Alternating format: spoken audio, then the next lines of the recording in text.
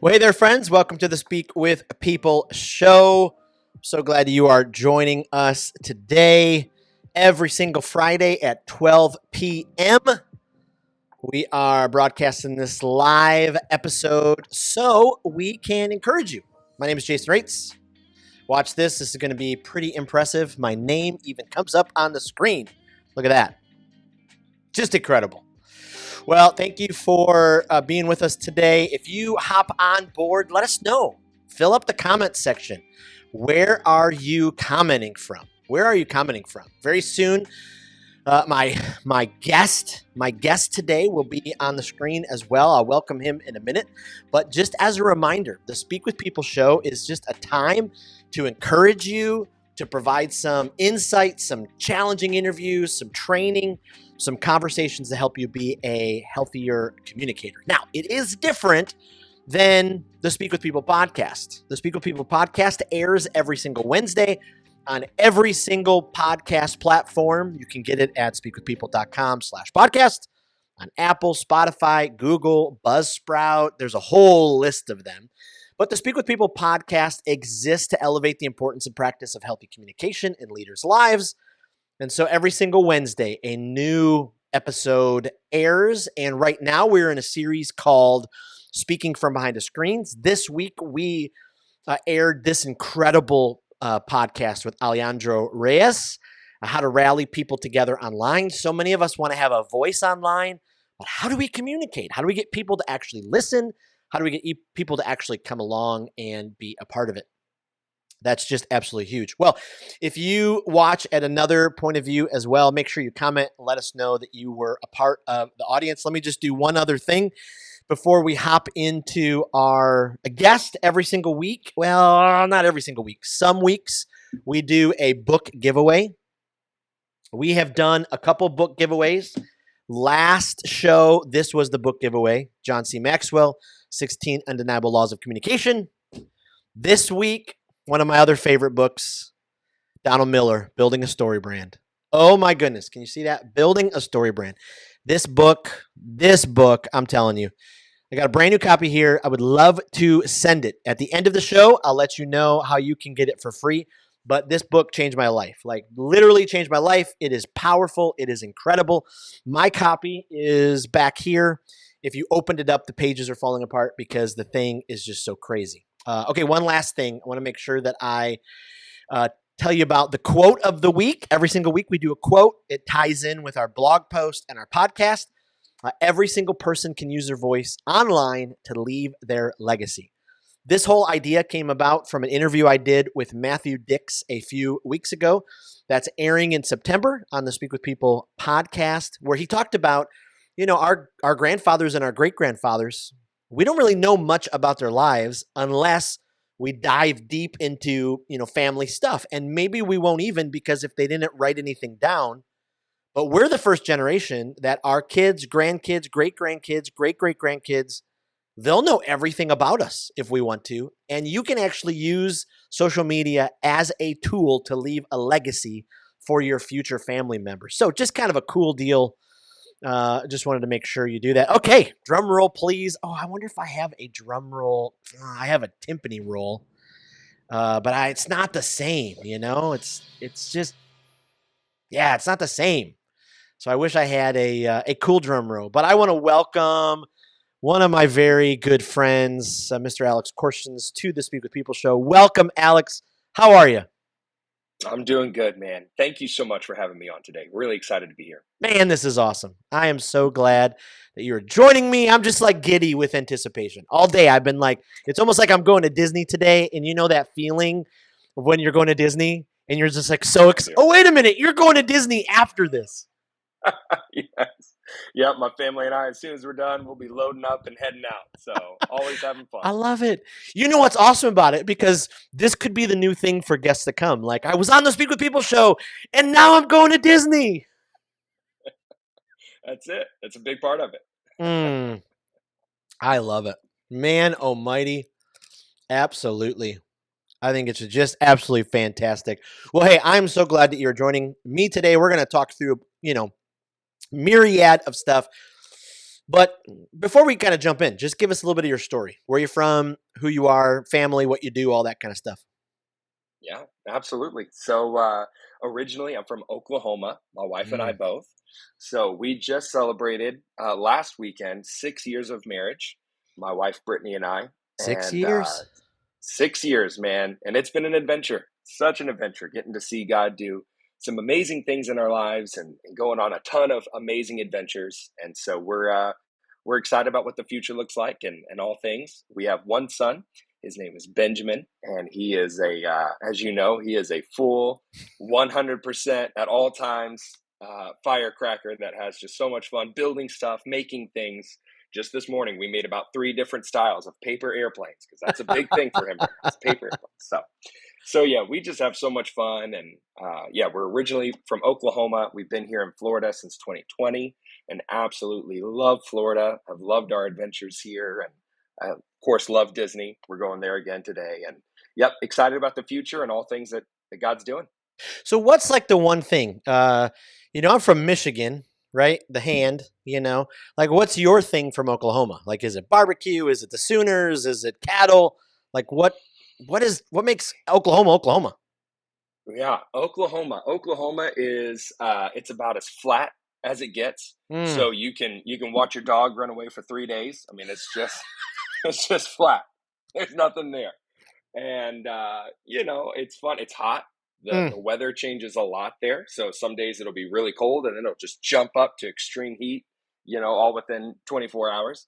But yeah, Oklahoma is a great family town. It's a great place to raise a family. Most people that settle in there have been there for a long time. Their families and children and grandchildren are all there. So it is a really good place to build a family and grow. And I'm really thankful for my time growing up in Oklahoma. That was Mm. very formative, getting to have such a family atmosphere and things that some people in other parts of the world, they don't get. Here in Florida, it's very transit, so you don't have all those Right, generations of people.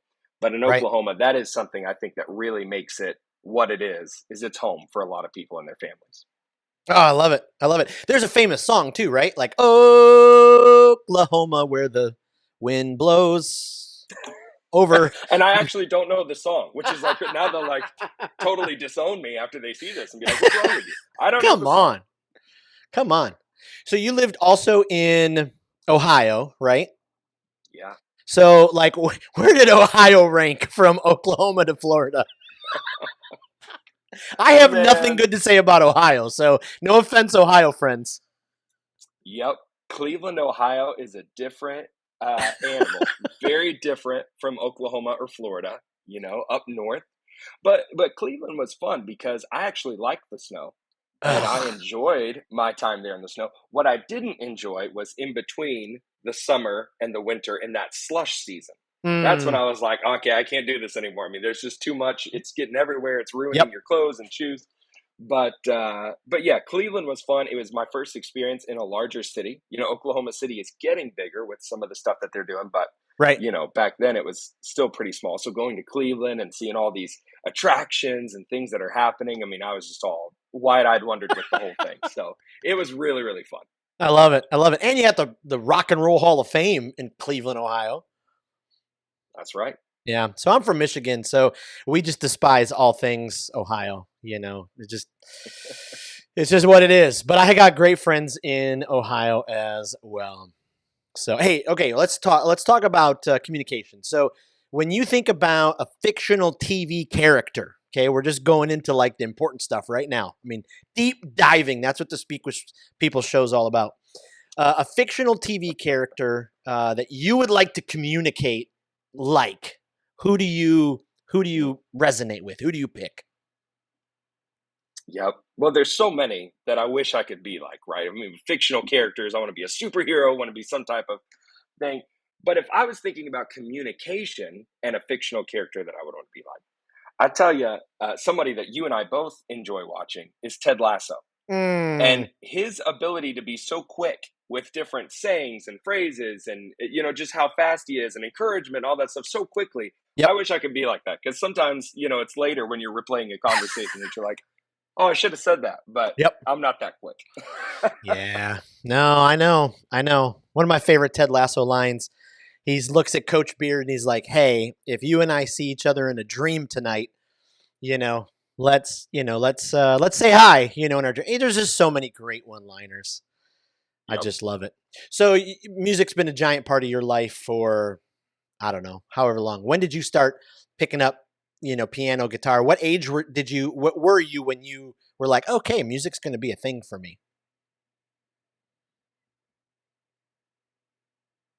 Yeah. So funny enough, my mom is actually a drummer. And so I Huh. grew up with my mom playing the drums, and she played in church. And so they were also children's pastors. My parents, they did stuff. So I was at the church all the time. And so I grew up, I mean, just always around music, always around the church, always around worship and ministry. And so, as early as I can remember, as a young kid, that's what I would play. I'd play church. I'd grab, drumsticks and beat on every chair I could find. Yep. I would, do the whole thing. And that was it. My parents encouraged it. They actually got me an acoustic drum set, which was pretty wild for them to have done that. So, me just going to town on this drum set, and that was pretty much it. Like from a young age, having fun, getting to play, be around a ton of great people and musicians within the church, and people Yep. that would encourage you and build you up. And that's what started my love for ministry. And when I was 12 years old, that's when I got to join the worship team and got to play on the main stage as the drummer. And I mean, I was like, Wow. 12-year-old Alex getting to 12 play years drums, old. that was a big deal.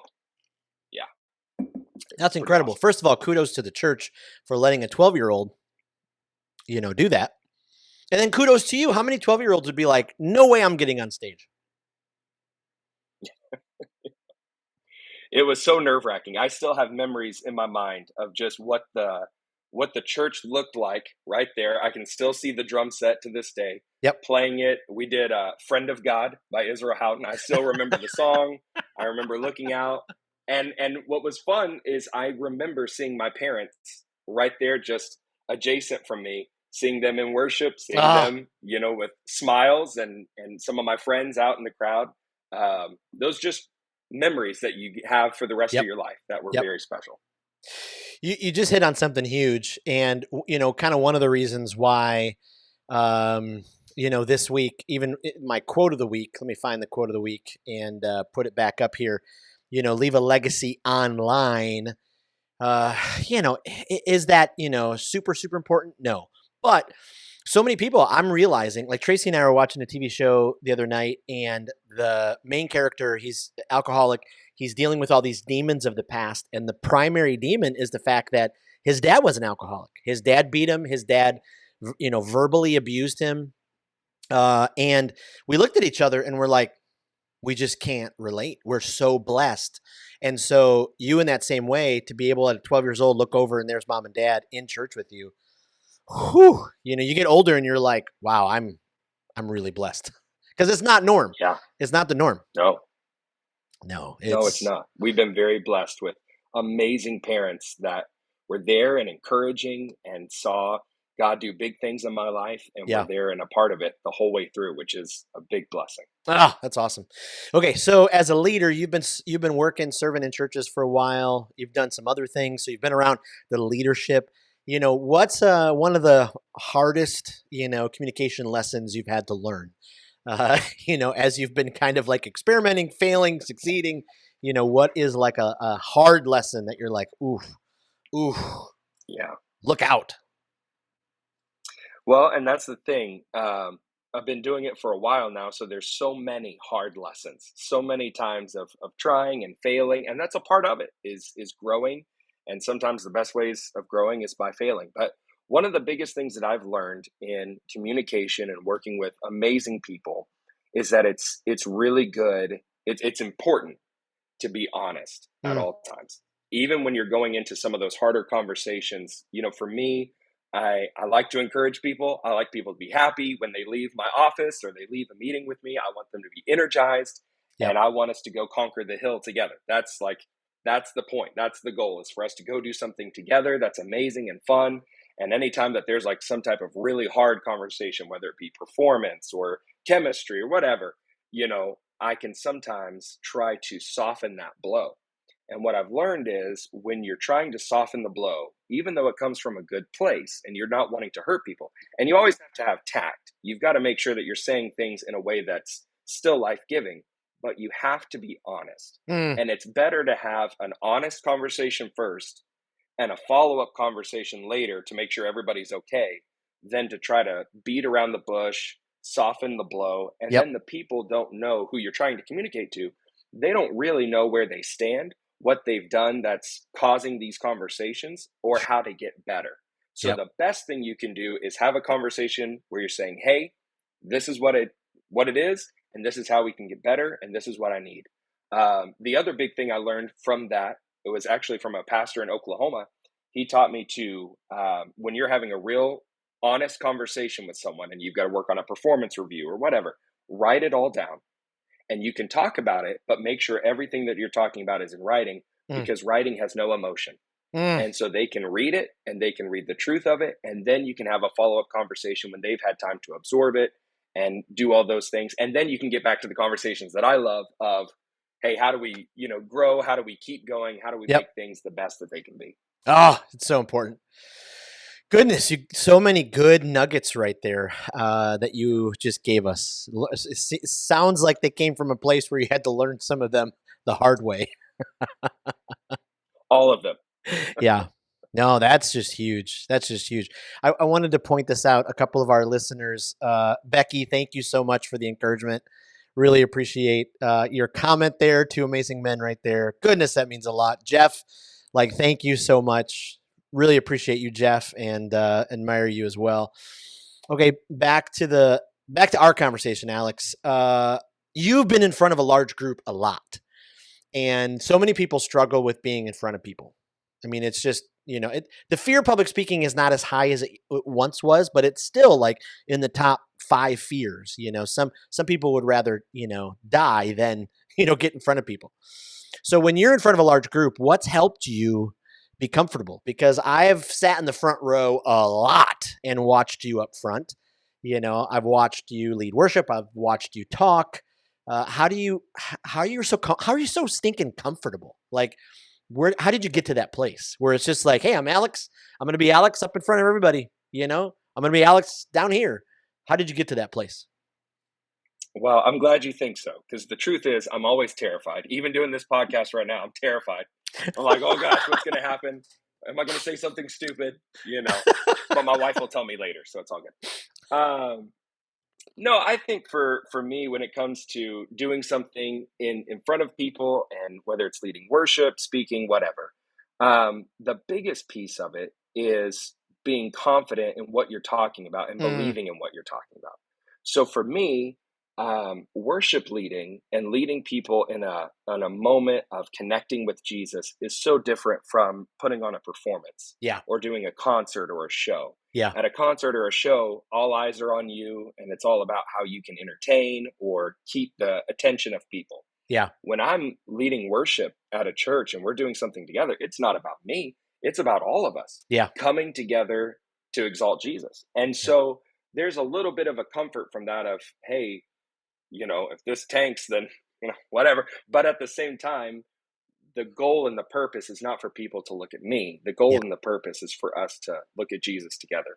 yeah. And every time before I step on a stage, it's usually at that 2-minute countdown mark when we're getting ready to start. My prayer is always the same. Like, God, don't let me get up there without you. Let's do this together. And when that's the position of your heart, is like, hey, I'm here to glorify Jesus. I'm here to connect people to Jesus.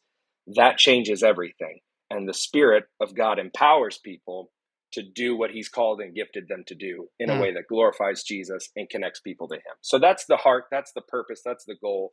And, God honors it, and he helps us do the things that he's called us to do. Yeah, that's good. That's really good. Um, so I have been on the receiving end so many times of you casting vision for something. For 15 months, I got to be, your supervisor. And so you'd come into my office, flurry of, energy, door would fling open. I got an idea. What have you learned are some of the, the good foundations or principles or tools, when you're pitching a new idea or you're communicating something new to someone? What are some of the things that have helped you? Yeah, yeah. The element of surprise always worked really well with you. It didn't matter if you were in a meeting. Typically, you were in a meeting, and I just flung that door open. I mean, full blazing in, and Uh-huh. that helped. That Uh-huh. that got the room excited and energized. So you can really land the plane best with that element. But what I would say for people who really are like wanting to find out, how do I sell something well? How do I communicate a vision or an idea, especially something that's larger and hard to accomplish? How do I get that across to a team in a way that makes them excited to do it? I think the biggest piece is believing in what you're talking about. Yes. So if it's an idea for a um, like for me, if it was an idea about a set design or a sermon series or whatever, a big event that we were doing, I would get an idea or a picture in my head of what could this look like Yep. and what's the result that would happen afterwards. And that dream and chasing that goal would be so important to me. I had to tell as many people as possible, and I had to convey it with the true passion of how I felt about how great it was. Yep. Because there have been times when I've had to communicate things that I don't believe in, and you have to learn how to wrestle with that and do it well.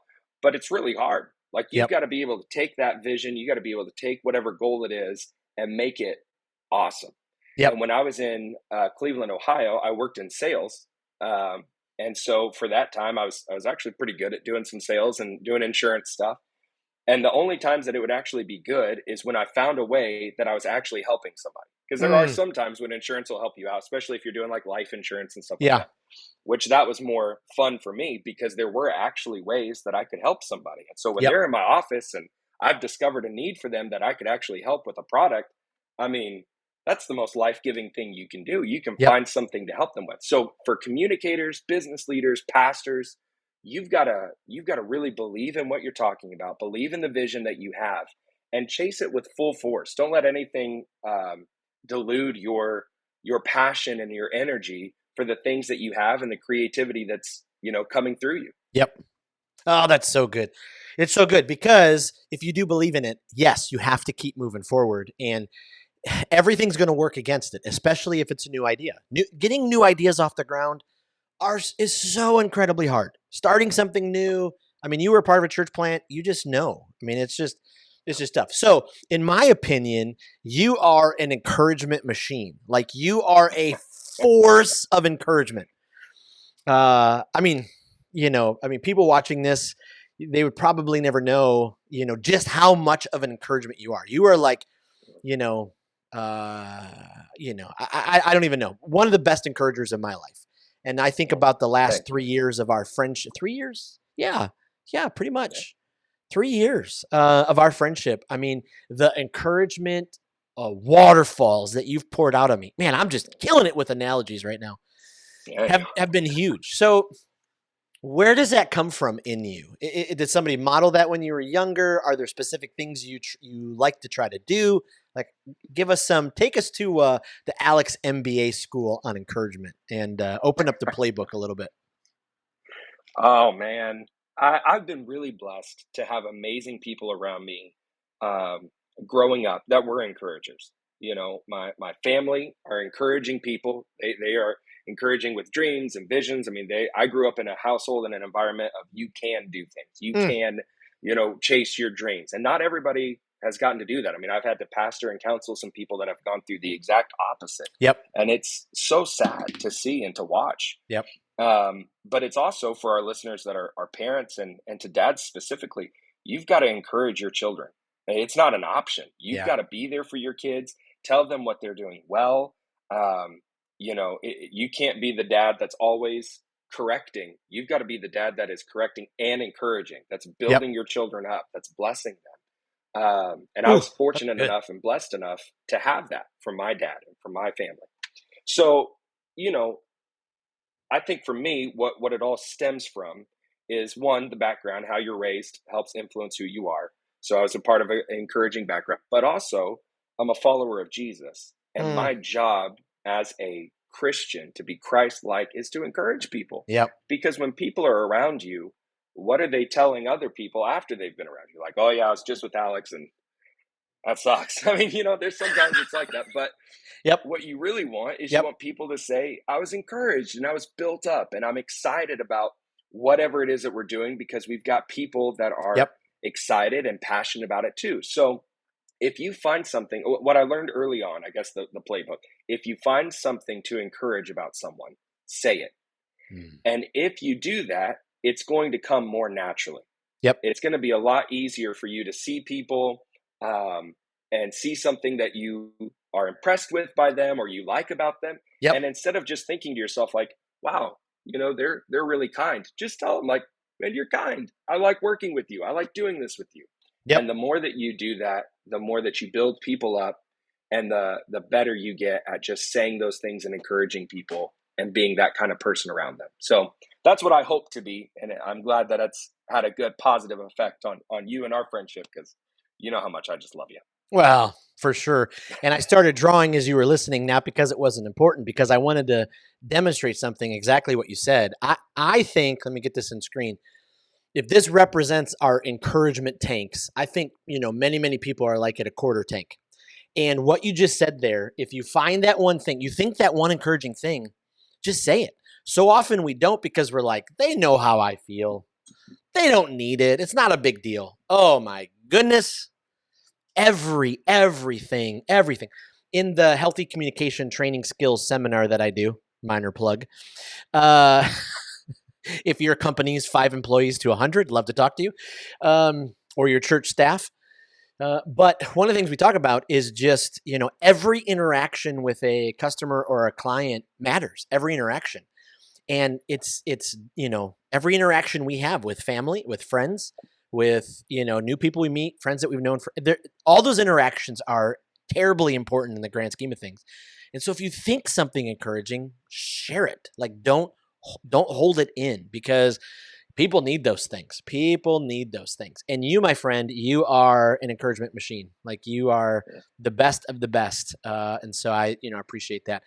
Okay, a couple more Thank you. questions, because I want to keep to our time, because you and I could do this forever. I mean, I don't know how Oh, many hours we have spent on the phone together. many. Actually, last night when you called, Tracy was like, "You know what? I'm going to go drive Bobby somewhere, because you guys are going to be a while." Yes, it's usually a nice long 30-minute plus conversation every time. Yes, I love it. I love it. So you're a really expressive communicator from the stage, and like with music and speaking. And so it's really tough to get to that place where you learn how to be you and express yourself. So what advice would you give to, young musicians, young singers, worship leaders, and then to communicators who, a lot of times communicators, we have like the speaker's voice. We step on stage, Mm, it's a whole different voice. We talk in a different way. What yeah. advice would you give to communicators to learn how to express who you really are? I mean, I'd love to know what your thoughts on that. Well, I think the biggest thing for communicators, musicians, all of that stuff in general, you have to be yourself. You can't be anyone else. You can't pretend, that speaker's voice, that piece. If you're a different person on stage than off stage, then what people will naturally associate you with, whether they tell you or not, is that you're fake. Yeah. And there's nothing more breaking. I mean, you've lost trust. If you're Right. fake, you're fake. Right. And that's really hard to build back when Yep. people find that opinion about you. So the biggest thing that you can do, and the best thing that you can do, is be yourself and be who God has called you to be. And that comes from you, getting in time with the Word of God, getting in Mm. time with your Bible, finding out who you are, especially, for myself and maybe some other people that are pastors and leaders in the church. You're only going to find who you are and what God's called you to do by spending time in your Bible and spending time with Jesus. Nothing else will replace that. When you take time in the Word of God and you take Yep. time to let the Spirit of God encourage you and build you up, He'll make you into who He wants you to be. And for all people, that's the basis of it, is our foundation with Christ. Yep. And then on top of that, some practical things. So you're in your Word, you're searching, Christ and letting him search you and build it out. The other piece is watching yourself. So there's a lot of musicians and speakers that are like, well, I don't ever want to watch myself online. I don't want to see that or hear that. And you have to, especially if sometimes what people do is they're like, well, the live stream isn't as good. If they're playing on a live show or whatever, well, the live stream isn't good. Well, that's what you want to watch the most. You don't want to watch the polished thing, because I've worked with some incredible sound engineers that make it sound, I mean, they're lying to people. It's like, that's not even true. But if you can find those raw footages of you and audio clips of you singing, playing, speaking, take those, get notes, and be better. Be committed to being better in such a way that you're willing to listen to yourself and cringe and then laugh about it. You got to have a sense of humor. You got to laugh. I take, a lot of the churches I work with, you and I talk about this all the time. We take Jesus super seriously. The gospel is the most important thing in the entire world. But me, Alex is nothing. Like, I can make fun of Alex all day long because I don't take myself too seriously.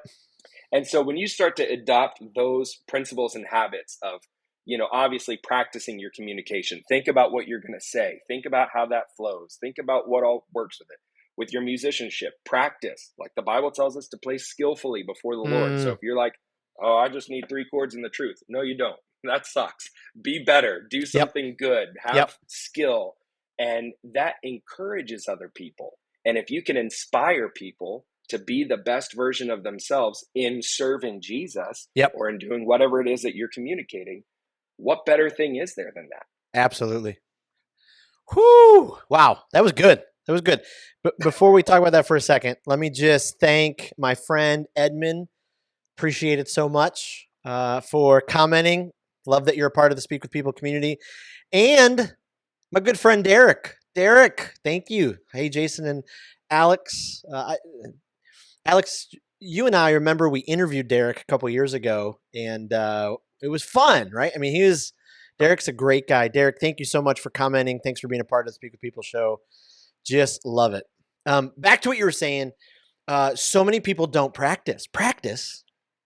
What are you talking about? Practice? And, I mean, as the immortal Allen Iverson would say, you got to practice. I remember freshman year, Eastern Michigan University. I'm a trumpet major.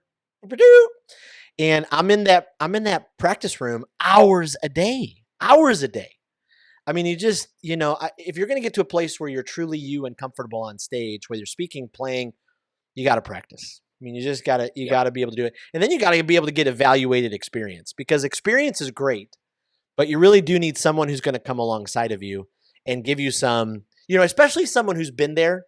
They're like 2 or 3 steps ahead of where you are, and you're striving. Just incredibly important. Incredibly important. Okay. All right. Last question, because again, we could just talk forever. True or false? True or false? Did you even know who the band Hootie and the Blowfish was before we worked together and became friends? Did you even know who they were? So, God's honest truth, I knew about Darius Rucker, but I did not know about Hootie and the Blowfish. So you completely opened my eyes to this band that I really never listen to unless I'm with you, of Hootie and the Blowfish. Some would say the greatest rock band of all time, but some would. This is gonna be really awkward. I'm gonna adjust my camera for a second. You can see my Hootie wall here. I've got their 2 vinyl albums, Hootie concert posters. Just a lot of fun. All right. Well, yeah, I'm glad you knew Darius, because Darius is, pretty. That voice, though. Oh, that voice. It's pretty good. It is good. He is very good. Well, I wish I was going to Disney with you. Goodness, we have not made it to Disney yet. Together, we should. You and I, we should go to like Epcot, and we could do a whole vlog about it. Alex and Jason go to Epcot. It would be the best one. It would be incredible. Seriously, I can't wait to upload this to YouTube, and I know people are going to watch this in the future because you gave us just such incredible insight. You just have, dude, you're a young guy. I don't think people realize just how young you are, it's not like you're a baby or anything, but because of your life experiences, because of the experience that you've had, communicating, and I think that experience of being in front of people so young, it's given you just this well of wisdom. And I'll just tell you, screen to screen, camera to camera, your friendship has, absolutely meant the world these last 3 years. The way that you encourage me, oh my goodness, man, look forward to it, and look forward to what's ahead, because I know it's going to be awesome. And who knows, maybe, we'll record something someday together. I mean, that We could be really huge. should, because there's quite a few songs people don't know about from old Jason Raitz that are instant number one hits. Well, Becky says that's hilarious. Thank you, Becky. Like, we have a lot of fun. We have a lot of fun together, and so it's good. And then Becky, what did you say? Food and Wine has some Christian artists this year. Yes, yes, yes. So I love it. I love it. Okay, Alex, I hope you have the best day at Disney with your family. Enjoy it. For me, I haven't been to the park. Oh man, it's probably been 8 years, something like that. 8 years. Oh, wow. Yeah, Well, you got to go. You got to go. And you thank just you gotta so go. much for having me on this show and letting us get to talk together and share all this stuff. I You love it. are the best of the best. I tell everybody about it. Speak with people is undeniably the best way to up your communication and make Well, thank everything you. happen. So thank you for what you're Thank you. doing. Appreciate it. All right, my friend. And thank to all of you for joining us on the Speak with People show. Don't forget, we're doing a giveaway. Donald Miller's Building a Story Brand book. All you have to do is email me, jason@speakwithpeople.com. Go to Apple Podcasts on your iPhone. Go to Apple Podcasts. Just hit the podcast button, find Speak with People, and leave us a review. You have no idea how much that means. It is so incredibly helpful because the algorithms love those sort of things, and so it means the world. So go and leave a review. Send me a screenshot to jason@speakwithpeople.com. I'll put this in the mail for you. This book will change your life. Literally, if you're a communicator, you're a leader, a business owner, a pastor, the way that we tell stories is tremendously important. And stories captivate like nothing else. And so please be a part. And lastly, don't forget the Pathway course is out now. If you go to speakwithpeople.com/the pathway, this is a 8-step journey to help you become a better communicator in front of people. Some of you are like, I don't get in front of people all that often. The reality is, the more you invest in your communication, the further ahead you will get with your leadership. And I guarantee in your workplace, if you invest in being able to communicate in front of people, your boss, your supervisor, your company CEO, they will notice, and you will reap the benefits. And so this is a 10 video training that each week has a different training module. You have different resources, and you walk through videos with me, and I get to coach you. And so would love for you to be a part of that. So thank you again so much for being a part of the Speak with People show. Thank you for all of your support. Every single like, comment, thanks for sharing, thanks for subscribing. Just so appreciate it. We'll go ahead and we'll post this on YouTube. So in case you want to see it again or pass it along to a friend, thanks to my guest, Alex, and look forward to next Friday's episode of the Speak with People show. We'll see you then.